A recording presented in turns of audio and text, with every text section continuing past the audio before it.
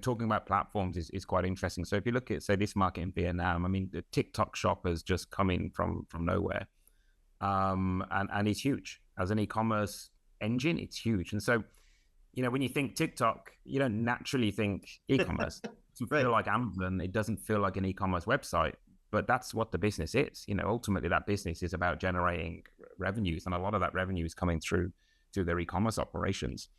And so when you look at these kind of platforms, and there'll be other forms of TikTok, there'll be other types of platforms coming through.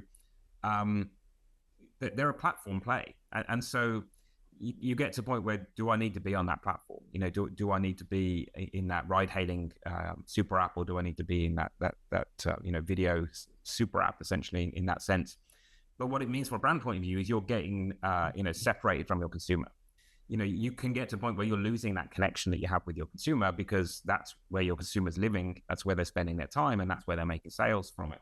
And so as a small retailer, it's great. You get the opportunity to kind of play and reach consumers in a broader sense. But as a larger retailer, you start to get that kind of disintermediation between you and your consumer playing in this ecosystem. So I think the ecosystem play is still a big piece of it. We've moved from moving from an area where generally comms channels are pretty open. Anybody could send an SMS, anybody could send an email. Even back in the day, you could send some posts through the your letterbox, to actually where a lot of those consumer channels are becoming private, and where if you don't have a platform of some form to talk to that consumer, you're going to be going through somebody else's platform, and they will be taking a chunk of your revenue for that privilege. And so, platform plays is an important space, and when to play in them, and when to direct that traffic through to you, and then how do you react to it, to do that. One of the things that U Rewards was or is a coalition program.